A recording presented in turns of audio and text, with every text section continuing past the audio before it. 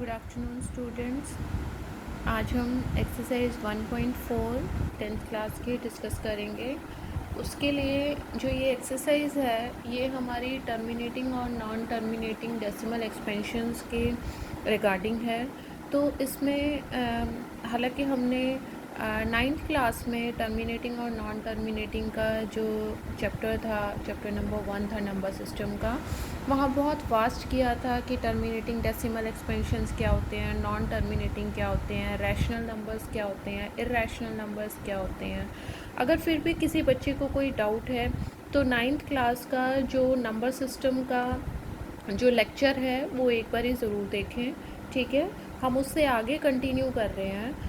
हमें कोई भी जो नंबर है, हमें पता है कि जो रैशनल नंबर्स होते हैं वो p अपॉन q की फॉर्म के होते हैं, जहाँ p एंड q इंटीजर्स होते हैं।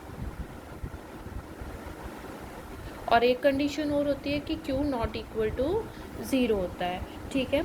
अब हमारी थ्योरम है कि कोई भी नंबर हमें दिया हुआ है, रैशनल नंबर दिया हुआ है, तो हमें ये बताना है कि वो टर्मिनेटिंग है या नॉन टर्मिनेटिंग है। और एक चीज़ हमें और ध्यान रखनी है कि हमें उसे एक्चुअली डिवाइड करके नहीं देखना है। विदाउट एक्चुअल डिवीजन हम ये कैसे बता सकते हैं कि वो नंबर टर्मिनेटिंग होगा या नॉन टर्मिनेटिंग होगा। उसके लिए हमारे पास एक थ्योरम है। थ्योरम देखिए क्या कहती है कि सपोज़ p अपॉन q की फॉर्म का एक नंबर है, एक रैशनल नंबर है, जहाँ पर q नॉट इक्वल टू 0 है और p q इंटीजर्स हैं, और एक कंडीशन p और q के ऊपर और है, that p and q are coprime numbers. Coprime numbers का मतलब है, अगर सीधे शब्दों में मैं कहूँ कि दोनों का जो HCF है वो 1 होना चाहिए, या फिर मैं कहूँ कि जो ये p अपॉन q है ये अपनी लोवेस्ट फॉर्म में होने चाहिए और इनमें कोई भी जो कॉमन फैक्टर नहीं होना चाहिए जिससे ये एक दूसरे से कट सकें, ठीक है। तो ये हमने ध्यान रखना है कि p और q जो हमारा है वो लोवेस्ट फॉर्म में अपनी में होना चाहिए, को प्राइम नंबर्स होने चाहिए। उसके बाद क्या होगा, उसके बाद हम q का प्राइम फैक्टराइजेशन करेंगे। q का प्राइम फैक्टराइजेशन करने के बाद अगर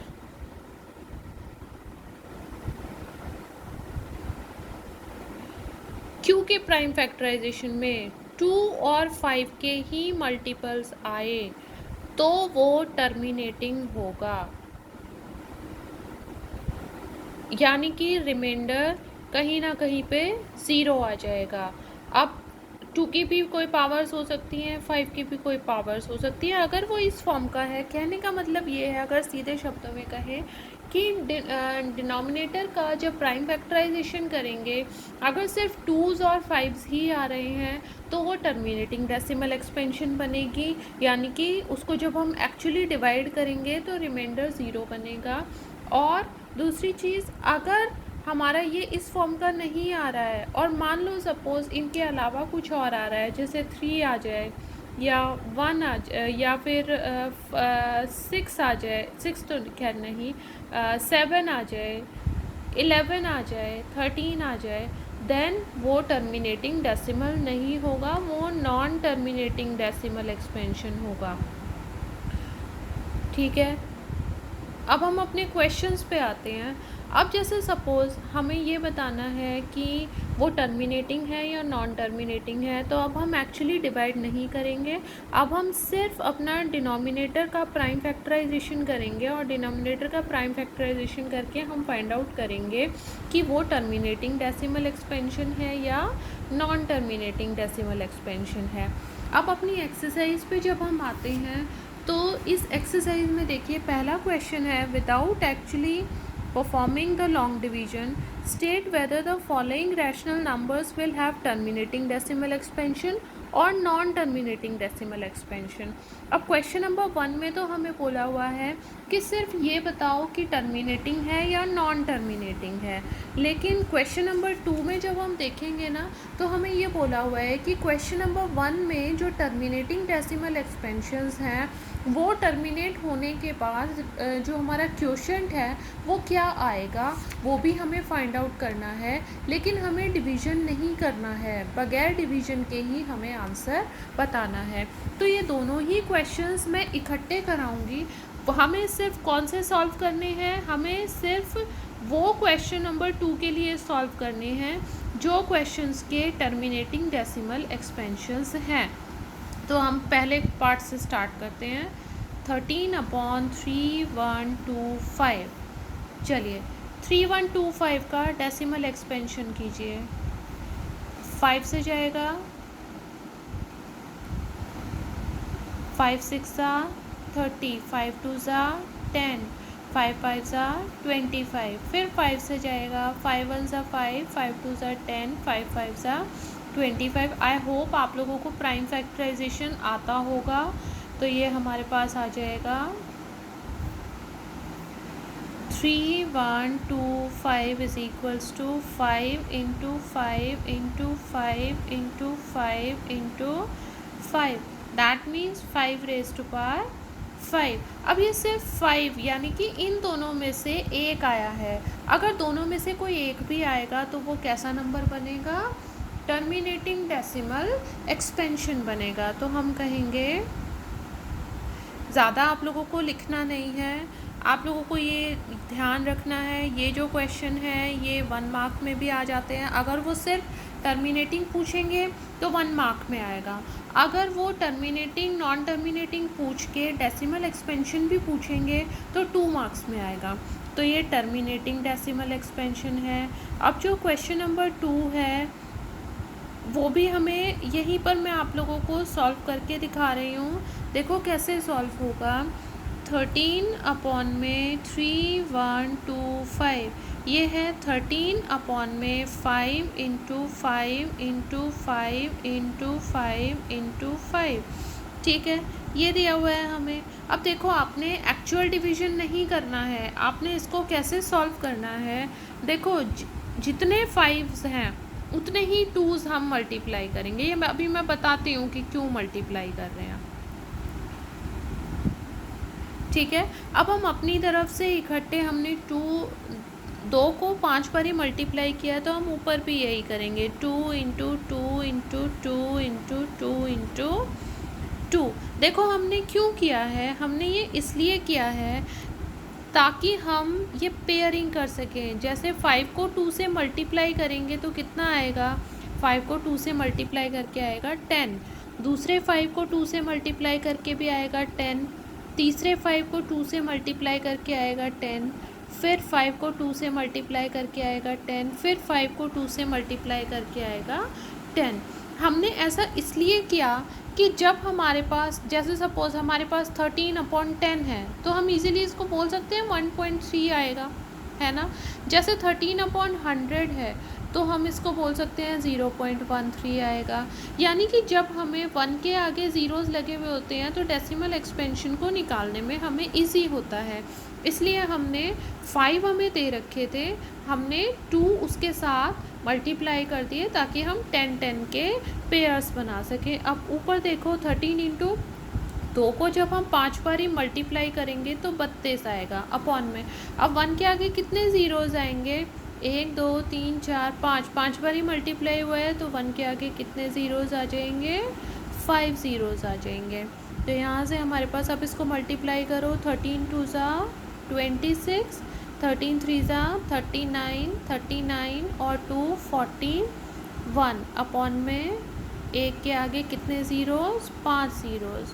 अब डेसिमल लगा दो, 416। आप लोगों को मालूम है कि इधर से गिन के लगाते हैं क्योंकि डेसिमल सबसे लास्ट में होता है अगर हमें नहीं नज़र आ रहा होता है तो 1 2 3 और हमें कितने के बाद लगाना है, 5 के बाद, 1 2 3 4 5, ये आ गया डेसिमल। तो ये हमारा आंसर हो जाएगा। ठीक है, आप लोग खुद जब ट्राई करेंगे तो आप लोगों को बहुत अच्छे से समझ में आएगा। और ये हमें सिर्फ उन्हीं नंबर्स के लिए करना है जिन नंबर्स के जो फैक्टर्स हैं वो सिर्फ 2 और 5 की फॉर्म के आ रहे हैं। जैसे 8 है, 2 4 ज़ा 8, 2 2 1, तो ये कितना आ गया, 8 is equals to 2 into 2 into 2। Since, ये लाइन आप पिछले वाले में भी लिखना, since prime factorisation of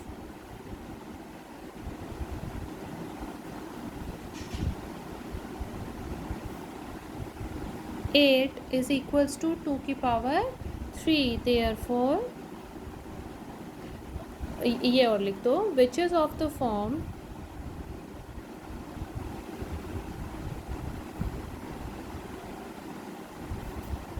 to की पावर n m इंटू 5 की पावर n। ठीक है, तो कैसा एक्सपेंशन हो गया, देयरफॉर टर्मिनेटिंग डेसिमल एक्सपेंशन। ठीक है, अब टर्मिनेटिंग डेसिमल एक्सपेंशन है तो क्वेश्चन नंबर 2 के लिए इसको सॉल्व करेंगे। 2 इंटू 2 इंटू 2, अब यहाँ 2 हैं तो हमें क्या करने पड़ेंगे, 5 करने पड़ेंगे। कितनी बारी, 3 बारी। और जब नीचे कर रहे हैं तो ऊपर भी करने पड़ेंगे, 5 इंटू 5 इंटू 5। अब 5 को 3 बारी मल्टीप्लाई करेंगे तो 125 आ जाएगा, और नीचे आ जाएगा 1 के आगे 3 ज़ीरोज़। ठीक है, अब आपने क्या करना है, 125 को 17 से इंटू करना है और 1000 से डिवाइड करके डेसिमल में आप लोग आंसर निकाल के दिखाएंगे। ठीक है, अब नेक्स्ट जो क्वेश्चन है मैं एक 5th पार्ट करा के आपको दिखाती हूँ। 29/343, तो 343 को आपको पता है ना तो 2 से होता है, ना ही 3 से होता है, ना ही 5 से होता है, ये 7 से होता है सीधा। तो ये आ गया 49, फिर 7 से होगा 1, तो ये आ जाएगा 29 इज़ इक्वल्स टू अपॉन में 7 इंटू 7 इंटू 7। ठीक है, that means since prime factorisation of, आप पूरा लिखेंगे, 343 is equals to 7 raised to power 3, which is not of the form 2 raised to power m into 5 raised to power n. Therefore, this is non-terminating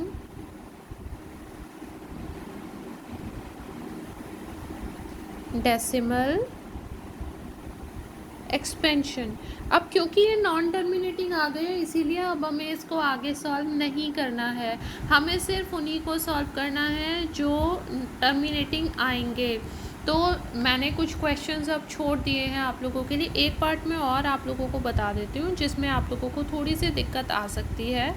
6/15। अब देखो, अगर हम 15 का decimal expansion करते हैं तो ये 3 और 5 आता है ना, तो इस हिसाब से तो ये कैसा एक्सपेंशन होना चाहिए, नॉन टर्मिनेटिंग डेसिमल एक्सपेंशन होना चाहिए। लेकिन जब मैं आपको थ्योरम बता रही थी तो उस वक्त मैंने आप लोगों को बताया था कि जो ये नंबर हमें दिया हुआ है P/Q की फॉर्म में, यहाँ पर जो प्राइम फैक्टराइजेशन करने से पहले हमें एक और चीज़ देखनी है कि P एंड Q को प्राइम फैक्टर्स होने, को प्राइम नंबर्स होने चाहिए, यानी कि अपनी लोवेस्ट फॉर्म में होने चाहिए, लेकिन ये अपनी लोवेस्ट फॉर्म में नहीं है। तो सबसे पहले इसको लोवेस्ट फॉर्म में लेकर आएंगे। दोनों 3 के टेबल में आते हैं, 3 2 ज़ा 6, 3 5 ज़ा 15, तो ये है 2/5। तो 2/5 नीचे सिर्फ 5 है, इसका मतलब ये कैसी एक्सपेंशन बनेगी, टर्मिनेटिंग एक्सपेंशन बनेगी। ठीक है, और 2/5 जब इसको सॉल्व करोगे, एक ही बार 5 है तो एक ही बार 2 आएगा और ऊपर भी 2 आएगा, तो ये आ गया 4/10, तो ये आ गया 0.4, ये आंसर हो गया है। ठीक है बच्चों, तो जो पार्ट्स अब मैंने छोड़े हैं एक्सरसाइज के वो करके देखोगे, और अगर कोई पार्ट आप लोगों से नहीं होता है तो फिर आप लोग डिस्कस करेंगे कि मैम ये वाला पार्ट हमसे नहीं हुआ है। अब उसके बाद है क्वेश्चन नंबर 3। क्वेश्चन नंबर 3 में देखिए वो क्या कह रहा है। The following real numbers have decimal expressions as given below in each cases. Decide whether they are rational or not. If they are rational and of the form P upon Q, what can you say about the prime factors of Q? पहले तो वो हमसे ये पूछ रहा है कि ये रैशनल नंबर्स हैं या इरेशनल नंबर्स हैं। अब बहुत इजी है पहचानना, अगर तो टर्मिनेटिंग है, अगर तो टर्मिनेटिंग है तो रैशनल नंबर है सीधा सीधा। जैसे पहले वाला देखो, टर्मिनेट कर गया, कहीं पे डैश डैश नहीं लगा हुआ है, तो कैसा नंबर है, रैशनल नंबर है। ठीक है, तो फर्स्ट पार्ट जो है वो रैशनल नंबर है। सेकंड पार्ट पे आ जाओ। सेकंड पार्ट देखो, 1 2 0 1 2 0 0 1 2 0 0 0, ऐसा कोई भी ब्लॉक नहीं है जो रिपीट कर रहा है। ठीक है, बाद में डैश डैश डैश है, और कोई ब्लॉक भी रिपीट नहीं कर रहा, ऊपर बार भी नहीं लगा हुआ।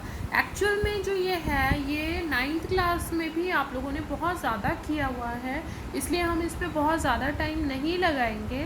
तो ये जो हमारा नंबर है, यहाँ कोई भी ब्लॉक रिपीट नहीं कर रहा है, तो ये कैसा नंबर आ जाएगा, इरेशनल नंबर आ जाएगा। थर्ड पार्ट पे आ जाइए। थर्ड पार्ट पे देखिए, वैसे तो ये नॉन टर्मिनेटिंग है, लेकिन इन नंबर्स के ऊपर बार लगा हुआ है, तो ये कैसा नंबर है, एक रैशनल नंबर है।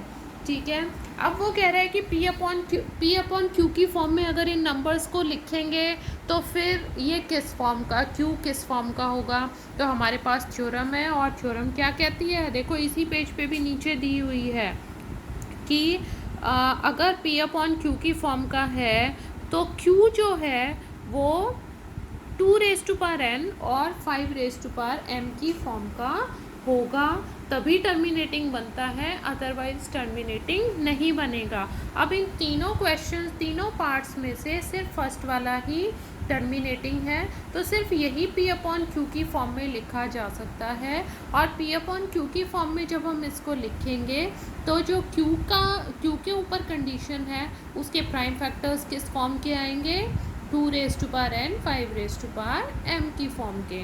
तो दैट्स ऑल फॉर नाउ। अभी आप लोग ये क्वेश्चंस को करके देखेंगे, जो क्वेरीज होंगी वो आप इनबॉक्स में डालेंगे और अपनी क्वेरीज को पूछेंगे। तो आप लोगों ने ये ध्यान रखना है कि कब इरेशनल नंबर है, कब रैशनल नंबर है, कब टर्मिनेटिंग है, कब नॉन टर्मिनेटिंग है। अगर टर्मिनेटिंग है तो फिर उसके ऊपर, या नॉन टर्मिनेटिंग है तो उसके Q के ऊपर क्या कंडीशन लगी हुई है जिसकी वजह से वो टर्मिनेटिंग या नॉन टर्मिनेटिंग आ रहा है। और दूसरी चीज़ जो आज हमने सीखी वो क्या सीखी है कि अगर वो नॉन टर्मिनेटिंग या टर्मिनेटिंग आ रहा है तो टर्मिनेटिंग के केस में बगैर एक्चुअल डिवीजन के हम उसको कैसे सॉल्व कर सकते हैं। ठीक है, तो हमारा इसी एक्सरसाइज के कंप्लीट होने के साथ साथ हमारा चैप्टर P यहाँ पर ख़त्म हो गया है। अब आप लोगों का जो भी ये पूरा चैप्टर हुआ है, अगर पहली बात तो कोई क्वेरी है तो फिर एक क्लास हम आप लोगों की क्वेरी के लिए रखेंगे, और सेकेंडली अगर कोई क्वेरी नहीं है then you will be having a test on this chapter in a day or 2। ठीक है, तो that's all for now, bye bye, thank you.